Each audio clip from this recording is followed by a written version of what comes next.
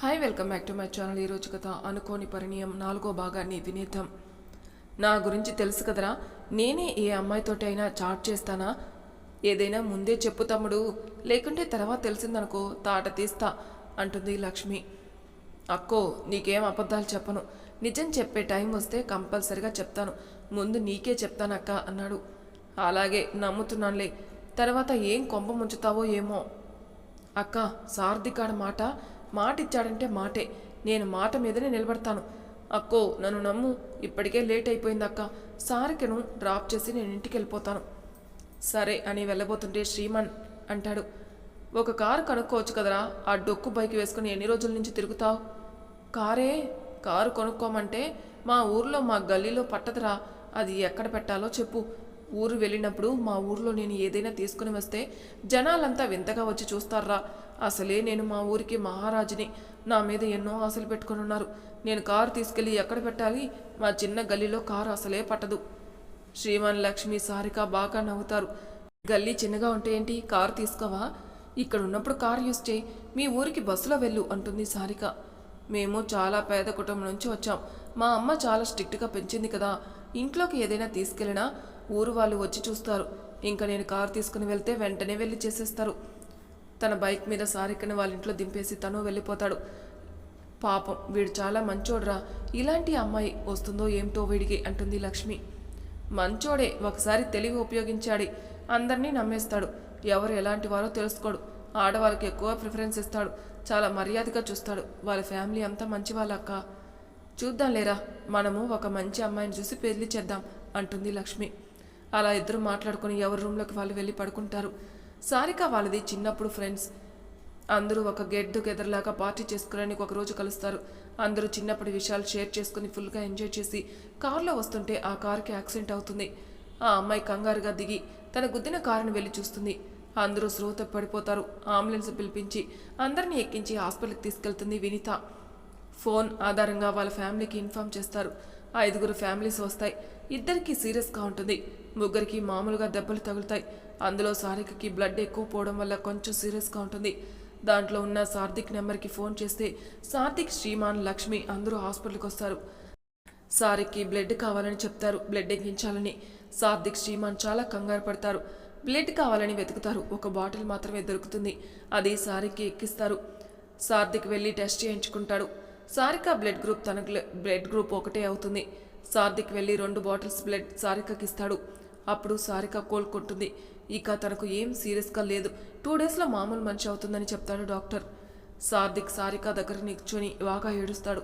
తను కోలుకోవాలని ఎన్నో దేవుళ్ళను మొక్కుకుంటాడు. శ్రీమాన్, యాక్సిడెంట్ ఎలా జరిగింది మొత్తం ఎంక్వైరీ చేస్తాడు. యాక్సిడెంట్ చేసిన అమ్మాయిని హాస్పిటల్కి రప్పిస్తాడు. తీరా యాక్సిడెంట్ చేసిన అమ్మాయిని చూస్తే వినీత. శ్రీమాన్ వినీత దగ్గరికి వెళ్ళి నిలబడతాడు. వినీతని చూడగానే షాక్ అవుతాడు. వినీత కూడా షాక్ అవుతుంది. శ్రీమాన్ మాత్రం కోపంగా ఉంటాడు. ఎందుకు మీరు ఇలా కారు యాక్సిడెంట్ చేశారు? కారు నడపడం రాకుంటే నేర్చుకొని నడపండి, ఎంతమంది ప్రాణాలు రిస్క్లో అయిందో తెలుసా? సారీ, ఏం కావాలని చేయలేదు, నేను డ్రైవింగ్ పర్ఫెక్ట్గానే చేస్తాను. ఆ రోజు పార్టీకి వెళ్ళొస్తున్నాను, నేను ఫస్ట్ టైం డ్రింక్ చేశాను, సడన్గా కారు ఎదురుగా వచ్చేసరికి బ్రేక్ పడలేదు, అందుకే అలా జరిగింటుంది. ఇప్పుడు వాళ్ళ పేరెంట్స్ కేసు అంటున్నారు, పెడితే పెద్ద ప్రాబ్లం అవుతుంది, నువ్వే వెళ్ళి వాళ్ళని కన్విన్స్ చేసుకో అని చెప్పి వెళ్ళిపోతాడు శ్రీమాన్. అప్పటికే లక్ష్మి ఆ పేరెంట్స్ అందరికీ కన్విన్స్ చేస్తుంది. కేసు వేయలేదు, ఆ అమ్మాయి ఆడపిల్ల కదా, అందరూ నార్మల్ అయ్యారు కదా అని కన్విన్స్ చేస్తుంది. వినీత వచ్చి పేరెంట్స్ అందరికీ సారీ చెప్పి నన్ను క్షమించండి అని అందరినీ వేడుకుంటుంది.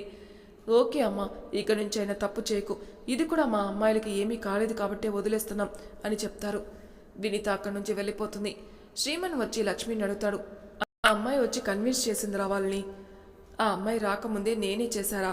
ఎంతైనా తను కూడా ఒక ఆడపిల్లే కదా, ఎవరు తెలియకుండా జరిగింది కాబట్టి ఆ అమ్మాయి వచ్చి కూడా రిక్వెస్ట్ చేసింది, అందరూ ఏమనలేదు, ఒప్పుకున్నారు. ఆ అమ్మాయి ఇప్పుడే వెళ్ళిపోయింది. అప్పుడు శ్రీమన్కి కొంచెం రిలీఫ్గా అనిపిస్తుంది. ఏంట్రా నువ్వు డల్ అయిపోయావు ఒకటేసారి? సారిక్ ఏం కాలేదు కదా, సార్థిక్ బ్లడ్ ఇచ్చాడు కదా, తను క్యూర్ అయినట్టే అంటుంది. అదే తెలుసుకున్నాను, నీకు విషయం చెప్పాలి. ఇప్పుడు యాక్సిడెంట్ చేసిన అమ్మాయి నాకు కండిషన్ పెట్టింది కదా, ఆ అమ్మాయే. తను యాక్సిడెంట్ చేసిందని నాకు షాక్ అయ్యాను, చాలా బాధగా అనిపించింది. నేను ఇష్టపడే అమ్మాయి ఇలా చేసింది ఏంది అని. అవునా, సరిగ్గా చూడలేదురా అమ్మాయిని, పోనీలే కన్విన్స్ అయితే అయ్యారు అందరూ, ఇకనైనా జాగ్రత్తగా ఉంటుందిలే. ఇంతకీ తన పేరు అడిగావా అంటుంది లక్ష్మి. తను ఏమీ తెలుసుకోవద్దక్క అంది. అందుకోసమే ఏమీ అడగలేదు, నా పేరు చెప్పలేదు. ఇంకో 2 టైమ్స్ కనిపిస్తే అయిపోతుంది. ఎందుకో నాకు ఈసారి చాలా టెన్షన్ అయింది. ఇంతలో శ్రీమన్కి ఫోన్ వస్తుంది. మీటింగ్ ఉందని. అక్క, ఇక్కడ సార్థిక్ ఉంటాడు, నువ్వు వెళ్ళి వాడికి లంచ్ తీసుకురాపో, నేను మీటింగ్ అటెండ్ అయి వస్తానని శ్రీమన్ వెళ్ళిపోతాడు. సార్థిక్ మాత్రం బ్లడ్ ఇచ్చాక కానీ సారిక బెడ్ దగ్గరే కూర్చుని పడుకొని పోతాడు. నీరసంగా ఉంది, అలాగే నిద్రపోతాడు. లక్ష్మి వచ్చి సార్థిక్ ఇంటికి వెళ్ళి రెస్ట్ తీసుకోపో, నేను ఇక్కడ ఉంటానులే అంటుంది. లేదక్క, మీరు ఇంటికి వెళ్ళి ఫ్రెష్ అయ్యి రాపోండి, పిల్లలు ఉన్నారు కదా, నేను ఇక్కడే ఉంటానులే, మేనేజ్ చేసుకుంటాను అంటాడు. సారిక తల్లిదండ్రులకు చెబుదామా ఫోన్ చేసి? వద్దక్క, చాలా టెన్షన్ పడతారు, వాళ్ళు ఊర్లో ఉంటారు కదా, అంటే చాలా ఇష్టం, తనకేమన్నా అయితే తట్టుకోలేరు, కొంచెం మంచిగా అయ్యాక చెప్పచ్చులే. నువ్వేమైనా తిని రెస్ట్ తీసుకురా, నీరసంగా ఉన్నావు, బ్లడ్ ఇచ్చావు కదా, మీ ఇంటికి వెళ్ళి ఫ్రెష్ అయ్యి పిల్లలకి ఏమైనా పెట్టి నీకు నేను తీసుకుని వస్తాను అని చెప్పి వెళ్ళిపోతుంది లక్ష్మి. అలా 3 రోజులు గడిచాక సారికి కొంచెం నీరసం తగ్గి లేచి కూర్చుంటుంది. ఎలా ఉంది ఇప్పుడు? గుడ్, బాగానే ఉంది. యాక్సిడెంట్ అయిందిరా, అసలు నేను బతుకుతానని అనుకోలేదు. ఎందుకు, నేనున్నాను కదా, ఎలాగైనా బ్రతికిస్తాను అన్నాడు. నీకు టిఫిన్ తీసుకొస్తాను, నువ్వు అలాగే కూర్చొని చెప్పు. సార్థిక్ కిందికి వెళ్ళిపోతాడు. ఇంతలో సిస్టర్ వచ్చి సారీకి ఇంజెక్షన్ చేసి చెప్తుంది. మేడం, ఆ సార్ ఎవరు అని. నా బెస్ట్ ఫ్రెండ్ అని చెప్తుంది సారిక. మీకు బ్లడ్ లేకపోతే 2 బాటిల్స్ బ్లడ్ ఇచ్చాడు. తను చాలా నీరసంగా ఉన్నా కానీ 3 రోజుల నుంచి మీ బెడ్ పక్కనే పడుకున్నాడు. చాలా మంచివాడు మేడం. ఎవరు ఉంటారు చెప్పండి అలాగా, ఇంత ఫ్రెండ్ అయినా కూడా ఇలా ఉండరు కదా అంటుంది. అవునా అంటూ ఏడుస్తుంది సారిక. అప్పుడే సార్థిక్ టిఫిన్ ప్లేట్లో పెట్టిస్తాడు. సారిక మెల్లగా లేచి సార్థిక్ని గట్టిగా ఆక్ చేసుకుని ఏడుస్తుంది. ఎంత మంచివాడివిరా, ఒక మంచి ఫ్రెండ్వి దొరికావు, నాకు నీ బ్లడ్ ఇచ్చావు, ఇప్పుడే సిస్టర్ చెప్పింది, నీ రుణం తీర్చుకోలేనురా అని ఏడుస్తుంది. ఏంటి అలా ఏడుస్తావు? ఎప్పుడు నన్ను తిట్టేదానివి, నిన్ను ఎలా పోగొట్టుకుంటాను చెప్పు? మనమిద్దరం మంచి ఫ్రెండ్స్వి, ఒక ఆడ మగ ఫ్రెండ్షిప్ కూడా చేయొచ్చు. నాకు నువ్వంటే ఇష్టమే, నీకు నేనంటే ఇష్టం, ఫ్రెండ్షిప్గా తప్పులేదు, అందుకే నీకు నేనున్నాను. శ్రీమన్ మీటింగ్లో బిజీగా ఉన్నాడు, వాడిని ఆఫీస్లో చూసుకోమన్నాను. నేను నీ దగ్గరే ఉన్నాను, నువ్వు తిను, ఇంటి దగ్గర దించుతాను, ఒక 1 వీక్ వరకు ఆఫీస్కి రాకు, నీ వర్క్ అంతా నేనే చేస్తాను అంటాడు. ఆ రోజు డిశ్చార్జ్ అయిపోతుంది. సారికి ఇంటి దగ్గర డ్రాప్ చేస్తాడు. అప్పుడు వాళ్ళ అమ్మ వాళ్ళకి ఫోన్ చేసి రమ్మని చెప్తాడు. అమ్మ వాళ్ళు ఈవినింగ్ వరకు వస్తారు, కంగారు పడకుండా ఉండు. ఆంటీ, మీరు కంగారు పడకండి, సారిక ఇప్పుడు బాగానే ఉంది, నేను చూసుకున్నాను, మీరు ఒక 10 డేస్ ఇక్కడే ఉండండి, తనకి రెస్ట్ ఇవ్వండి, నేను తన ఆఫీస్లో తన వర్క్ అంతా నేనే కంప్లీట్ చేస్తాను అని చెప్పేసి సార్థిక్ వెళ్ళిపోతాడు. వినిత ఇంటికి వెళ్ళాక బాగా ఆలోచిస్తుంది. నా వల్ల ఎంత తప్పు జరిగింది, వాళ్ళ ప్రాణాలకు ఏమన్నా అయ్యుంటే ఎలా? అతను ఎప్పుడు కలిసిరా నన్ను చూడగానే ఎంతో సంతోషం కనపడేది ముఖంలో, కానీ నేను యాక్సిడెంట్ చేస్తానని తెలిసాక చాలా సీరియస్గా కనిపించాడు, చూస్తేనే భయం వేసింది, తను కూడా ఒక మంచి పర్సన్ ఉన్నట్టున్నాడు అని చెప్పి వినిత శ్రీమన్ గురించి ఆలోచిస్తుంది. కొద్దిగా సారిక కోలుకుంటుంది. సారిక ఇంకా ఎప్పటిలానే ఆఫీస్కి వెళ్తుంది. సార్థిక్ సారిక ఎప్పుడు గొడవ పడుతూనే ఉంటారు. శ్రీమన్ మీటింగ్ అని చెప్పి వేరే ఊళ్ళకు తిరుగుతూనే ఉంటాడు. కొంచెం బాధగా ఉంది. ఒకరోజు ఆఫీసులో శ్రీమన్ కూర్చుంటాడు. సార్థిక్ వచ్చి, ఏంట్రా డల్లుగా ఉన్నావు, ఏంటి విషయం అని అడుగుతాడు. ఏమైందిరా, మామూలే, అమ్మాయి కనిపించట్లేదు, తన గురించి కొంచెం ఆలోచిస్తున్నా, కొంచెం డిస్టర్బ్ అయ్యానురా, మర్చిపోవడానికి టైం పడుతుంది కదా. నీకు రాసి పెట్టుంటే ఎక్కడికి వెళ్ళదులేరా, కంపల్సరీగా కలుస్తుందిలే. రాసి పెట్టుంటే కదరా, చూద్దాం, అందుకే నేను ఎక్కువ సీరియస్ తీసుకోవట్లేదు. మొన్న యాక్సిడెంట్ చేసింది ఆ అమ్మాయేరా. ఆ అమ్మాయితో సీరియస్గా ఉన్నావు, సీరియస్గా మాట్లాడావు. సారిక వాళ్ళ కారుకి యాక్సిడెంట్ చేసేసరికి నాకెందుకో తన మీద కొంచెం కోపం వచ్చిందిరా, అందుకే కోపంగా చెప్పేసి వెళ్ళిపోయాను. ఏంట్రా, ఆ అమ్మాయి వీళ్ళు కారు యాక్సిడెంట్ చేసిందా? ఏంట్రా అంత ఈజీగా వదిలిపెట్టావు మరి ఆ అమ్మాయిని? నేనేం వదిలిపెట్టలేదు, సీరియస్గానే చెప్పి వెళ్ళిపోయాను అంతే. ఆ అమ్మాయి కంటే ముందు లక్ష్మిని వాళ్ళ పేరెంట్స్ని కన్విన్స్ చేసింది. ఆ అమ్మాయి వెళ్ళి సారీ చెప్పింది, ఆ అమ్మాయిని వదిలేశారు. అరే, ఇంకా ఆ అమ్మాయి 2 టైమ్స్ కలిస్తే ఆమె పెట్టిన గడువు అయిపోతుంది. సరే, ఇవాళ ఎందుకో ఒకలాగా ఉందిరా, బార్కి వెళ్దామా అంటాడు శ్రీమన్. బార్లకు ఎందుకురా, ఈ చిన్నదానికి డిస్టర్బ్ అవడం, అయినా నేను తాగను కదరా. తాకపోతే నా పక్కనే కూర్చో, కూల్ డ్రింక్ తెప్పిస్తా, నాకు కొంచెం ఏదోలాగా ఉంది. సరే అని చెప్పి సార్థిక్ శ్రీమన్ బార్కి వెళ్తారు.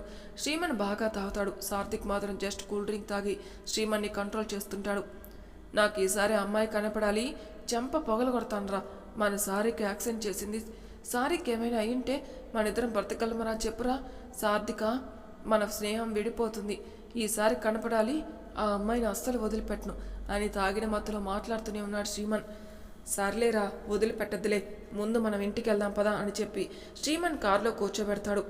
సార్థిక్ డ్రైవ్ చేసుకుంటూ వెళ్తూ ఉంటే, నేను నీకు ఒక వాటర్ బాటిల్ తెస్తాను అని ఒక షాప్ దగ్గర ఆపి సార్థిక్ వెళ్ళి వాటర్ బాటిల్ తీసుకుని కొనుక్కొని వస్తాడు. శ్రీమన్ అలానే కారులో కూర్చొని ఉంటాడు. ఎదురుగా ఒక అమ్మాయి వస్తుంది అనుకుంటాడు. మెల్లగా కారు దిగి ఆ అమ్మాయికి అడ్డు వెళ్తాడు. ఏ అమ్మాయి, ఆగు, నిన్నెక్కడో చూశాను, నాకు గుర్తుకు రావట్లేదే అని ఆ అమ్మాయి చుట్టూ తిరుగుతూ ఉంటాడు. వీడు తాగినట్టున్నాడు, నన్ను సరిగ్గా గుర్తుపట్టట్లేదు అని కొంచెం కూడా కదలకుండా అలాగే స్ట్రైట్గా నిల్చుండిపోతుంది. ఏ అమ్మాయి, నిన్ను ఎక్కడ చూశాను, ఎక్కడో చూశానే, చెప్పు అమ్మాయి అని చెయ్యి తన వైపు చూపిస్తూ మాట్లాడుతున్నాడు. గుర్తుకొచ్చింది, నువ్వే కదా నేను ఐ లీవ్ చెప్తే నాకు కండిషన్ పెట్టావు. నీ కండిషన్స్ అన్నీ నేను రద్దు చేస్తున్నా. నువ్వు మా ఫ్రెండ్కి యాక్సిడెంట్ చేసావు. మా సారికి ఏమన్నా అయింటే నిన్ను చంపేసేవాడిని తెలుసా. నీ ప్రేమ కంటే నాకు సారికనే ఎక్కువ. మాది అలాంటి ఫ్రెండ్షిప్. వినితకు భయపడుతుంది. సారీ సార్, ఆ రోజు చెప్పాను కదా, అనుకోకుండా జరిగింది, ఇంకెప్పుడు అలా చేయను అంటుంది. సరేలే, వదిలేస్తున్నాను, ఇంకోసారి కలిస్తే అయిపోతుంది, నువ్వు పెట్టిన గడువు అంతే కదా అంటాడు. అంతే అంతే అని చెప్పి పరిగెడుతుంది. శ్రీమన్, ఏ అమ్మాయి అమ్మాయి అంటూ అరుస్తుంటాడు. ఇందులో సార్థిక్ వచ్చి, ఏంట్రా శ్రీమన్, కారు ఎందుకు దిగావు, అమ్మాయి ఎవరు, ఎందుకు అలా అరుస్తున్నావు అని చెప్పి శ్రీమన్ కారులో కూర్చోబెడతాడు. సార్థిక్ డ్రైవింగ్ సీట్లో కూర్చుని ముందు ఈ వాటర్ తాగమని చెప్పి శ్రీమన్ చేత వాటర్ తాగిస్తాడు. ఎవర్రా అమ్మాయి, ఎందుకు అలా పిలుస్తున్నావు? గట్టిగా నవ్వి, ఎవరిని చెప్పనరా, నేను ఇష్టపడ్డ అమ్మాయి అని చెప్పనా, నా కండిషన్స్ పెట్టిన అమ్మాయి అని చెప్పనా, మన సారికని చంపేయడానికి ప్రయత్నం చేసిందని చెప్పనా, అన్నీ కలిపిన అమ్మాయిరా ఆ అమ్మాయి. ఏంట్రా, ఆ అమ్మాయి మళ్ళీ ఎదురైందా, పెట్టించావా ఏంటి అలా పరిగెడుతుంది? అరే, నీకు పెట్టిన కండిషన్ ఒక్కసారి అయితే అయిపోయిందిరా. ఆ అమ్మాయిని ఐ లవ్ యూ చెప్తుంది నీకు, నువ్వు ఎదురు చూస్తూ ఉండు, అదే కదా. పోరా, నాకు చెప్పక్కర్లేదు, ఆమె నాకు సారికాకి అలా జరిగిన దగ్గర నుంచి నాకు మంచిగా అనిపించట్లే అని తాగిన మత్తులో ఏదేదో అర్చుకుంటూ శ్రీమాన్ అలాగే పడుకుంటాడు. వాడికి మనసులో ప్రేమ ఉంది, సారికనికి అలా అయిందని కోపం ఉంది. వీళ్ళిద్దరూ ఎలా కలుస్తారో చూడాలి. పాపం, వాడు ప్రేమను చంపుకోలేడు, సారికను వదులుకోలేడు అని మనసులో అనుకుంటూ శ్రీమన్ వాళ్ళ ఇంటి వరకు శ్రీమన్ తీసుకెళ్లి మెల్లగా తన రూమ్లో పడుకోబెడతాడు. సార్థిక్ తన ఇంటికి వెళ్ళిపోతాడు. ఉదయం ఆఫీస్కి ఎప్పటిలాగే వస్తాడు శ్రీమన్. సార్థిక్ శ్రీమన్ని చూసి తన క్యాబిన్లోకి వెళ్ళి, శ్రీమన్, పిచ్చి పని, తాగితే ముందు ఎవరున్నారో కూడా చూసుకోవరా? నేనేం చేశానురా? నువ్వేం చేశావా? నువ్వు ఎప్పుడో ఒక అమ్మాయి కోసం ఎదురు చూస్తూ ఉంటావు కదా, ఎప్పుడు కలిస్తే బాగుంటుందో అని ఎదురు చూసేవాడివి. ఆ అమ్మాయి నిన్ను ఎదురైతే చాలా భయపెట్టించినట్టున్నావు. ఆ అమ్మాయి పారిపోయింది. నీకు ఇంకోసారి కలిస్తే ఆ అమ్మాయితో నువ్వు ప్రొసీడ్ అవ్వచ్చు, అది మర్చిపోయావా? నిజంగా ఆ అమ్మాయి కలిసిందా? ఒకసారి తమరు గుర్తు చేసుకోండి, ఆ అమ్మాయి కనపడిందో లేదో. ఎప్పుడు తాగినోడివి తాగితే ఇలాగే ఉంటుంది. ఈ చిన్న బాధకే తాగితే ఎలారా? అమ్మాయి కావాలని యాక్సిడెంట్ చేయలేదు, ఏదో అలా జరిగిపోయింది. అయినా సారిక ఇప్పుడు బాగానే ఉంది కదా. ఇంకా నీకు ఆ అమ్మాయి మీద కోపం వద్దు. నువ్వు ఎంత ఇష్టపడ్డావో నాకు నిన్ననే తెలిసింది. నువ్వే ఆ అమ్మాయి ఇంకోసారి కలవడం కోసం వెయిట్ చేయాలి అని చెప్పేసి సార్థిక్ వెళ్ళిపోతాడు. నేను ఇలా చేశానా? ఎవరికైనా అలా జరుగుతుందా? మళ్ళీ ఆ అమ్మాయిని విసిగించానా ఏంటి, బాగా తాగి అని బాధపడ్డాడు శ్రీమన్. ఒక 1 వీక్ తర్వాత శ్రీమన్ ఒక పార్టీకి వెళ్తాడు. అక్కడ అమ్మాయిని చూస్తాడు. దూరం నుంచి చూసి సైలెంట్గా ఉంటాడు. వినిత కూడా చూస్తుంది, కానీ దగ్గరికి వెళ్ళదు. ఆ పార్టీ అయ్యేంత వరకు ఎవరు మాట్లాడుకోరు. తిరిగి ఇంటికి వెళ్ళిపోతుంటే, నువ్వు పెట్టిన కండిషన్ అయిపోయింది, ఆ తర్వాత నీ ఇష్టం అని చెప్పేసి శ్రీమన్ వెళ్ళిపోతాడు. వినిత అనుకుంటూ ఉంది, నేనేదో సరదాకు చెప్పింది, పాపం నిజమై నమ్మేశాడు. కానీ నాన్నకు అక్కడ చెప్పానే తను చూసిన సంబంధం చేసుకుంటానని. ఇతను కూడా మంచివాళ్ళలాగానే ఉన్నాడు. నాన్న చూసిన సంబంధం చూసి ఒకవేళ నచ్చకపోతే ఇతని గురించి మళ్ళీ ట్రై చేయాలి అనుకుంటుంది. ఇంటికి వెళ్ళాక వినిత వాళ్ళ నాన్న ఫోన్ చేస్తాడు. రేపు వస్తున్నామని. సరే డాడీ రండి అని చెప్పి పెట్టేస్తుంది. వినితకి ఎందుకో నచ్చట్లేదు. తను కలిసిన అబ్బాయి గురించి ఆలోచిస్తుంది. అతనైతే బాగుండు, నా మనసులో అతనున్నాడు. నేను చెప్పిన దానికి ఒప్పుకుని ఒక్కరోజు కూడా నా గురించి ఎంక్వైరీ చేయలేదు. అలాగే కలుసుకున్నాం. ఎందుకో ఆ పెళ్లి చూపులకి పోవాలనిపించట్లేదు. ఉదయం కల్లా వాళ్ళ అమ్మ నాన్న వినిత ఉండే ఫ్లాట్కి వచ్చేశారు. వాళ్ళ నాన్న ఎవరికో ఫోన్ చేసి మేము 2 అవర్స్లో వస్తామని చెప్తాడు. వినితకి చెప్తాడు రెడీ అవ్వమని, మనం వెళ్దాం వాళ్ళ ఇంటికని. డాడీ, నాకెందుకో ఇంట్రెస్ట్ అనిపించడం లేదు, కొన్ని రోజులు వెయిట్ చేయొచ్చు కదా అంటుంది. చూడమ్మా, నచ్చితేనే చేసుకోండి ఇద్దరు, లేకుంటే మేము బలవంతం పెట్టమంటాడు. సరే నాన్న అని చెప్పి వినిత రెడీ అవుతుంది. ముగ్గురు కలిసి క్యాబ్ బుక్ చేసుకుని వాళ్ళ ఇంటికి వెళ్తారు. ఇంట్లోకి వెళ్ళేసరికి వాళ్ళు మంచిగా ఆహ్వానిస్తారు. అన్నీ మాట్లాడుకున్నాక లంచ్ చేస్తారు. లంచ్ తినేసి కూర్చుంటారు. వినిత వాళ్ళ నాన్న అడుగుతాడు, బాబు లేడా అని. లేదు, ఏదో మీటింగ్ పని మీద వెళ్ళాడు, కాసేపు అయితే వస్తాడు, వెయిట్ చేయండి, ఈవినింగ్ వరకు వెళ్ళొచ్చు, మనం బంధువులమే కదా. అవును, వెయిట్ చేస్తాంలే అని చెప్పి వాడిని మాట్లాడుకుంటూ ఉన్నారు. వినిత ఏ కంపెనీలో జాబ్ చేస్తుందో అని తెలుసుకుంటారు. ఇంతలో మేనత్త వస్తుంది. ఆ అబ్బాయి తండ్రి మేనత్తకు పరిచయం చేస్తాడు. మనకు దూర బంధువులు అవుతారక్క వీళ్ళు, వీళ్ళ అమ్మాయిని మన వాడికి ఇద్దామని అనుకుంటున్నాం, అందుకే వచ్చారని చెప్తాడు. నిజమేరా, అది అమ్మాయిని బాగానే ఉంది, కానీ వాడికి నచ్చాలి కదా. ముందు వాడిని అడిగారా? అడిగాక చూపిస్తే బాగుంటుందేమో. వాడికి ఏం చెప్పలేదక్క, ఎప్పుడూ రోజు మీటింగ్ అంటూ ఆఫీస్ అంటూ బిజీగా ఉంటున్నాడు. ఇప్పుడు అందుచేతనే పెళ్లి చూపులు కాకుండా నార్మల్గా లంచ్కు పిలిచాను, వాళ్ళకి ఇష్టమైతేనే పెళ్లి చేద్దాం. ఇంతలో వాళ్ళ అబ్బాయి వస్తాడు. రాగానే మా అబ్బాయి అని చెప్పి పరిచయం చేస్తాడు. అబ్బాయి అమ్మాయి ఇద్దరు చూసుకుంటారు ఒకరినొకరు. అబ్బాయి అడుగుతాడు, నాన్న వీళ్ళంతా ఎవరు అని. మనం దూర బంధువులరా. ఆ అమ్మాయి తను ఇక్కడే కంపెనీలో ఎక్కడో వర్క్ చేస్తుంది, ఒకవేళ మీ ఇద్దరు పర్సనల్గా మాట్లాడుకోండి, మీ ఇద్దరికి నచ్చితే పెళ్లి చేస్తామంటాడు. వినిత మాత్రం అలాగే చూస్తూ ఉంది. మరి తర్వాయి భాగంలో ఏం జరుగుతుందో నెక్స్ట్ ఎపిసోడ్లో తెలుసుకుందాం. అంతవరకు నా ఛానల్ సబ్స్క్రైబ్ చేయని వాళ్ళు ప్లీజ్ సబ్స్క్రైబ్ చేసుకోండి, లైక్ చేసి షేర్ చేయండి, మీ అభిప్రాయాలు నాకు కామెంట్ రూపంలో తెలియజేయండి. Thank you for listening.